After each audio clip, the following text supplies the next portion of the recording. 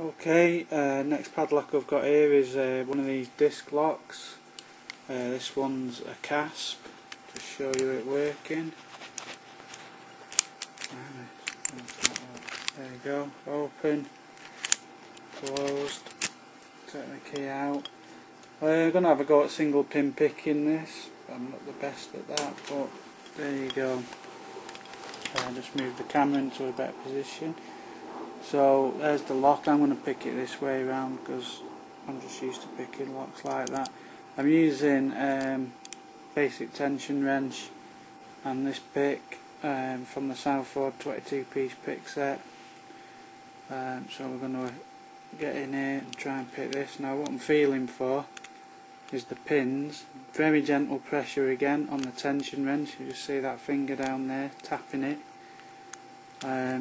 And then all I'm going to do now, I'm going to go work my way back, and when I get to these pins at the back, what I tend to do, instead of just pushing these pins up and down, when I get to the back pins I tend to do like a rake like that on the back couple of pins, which seems to just help, there we go, to open these locks, and there you have it, open. Didn't take too long, did it?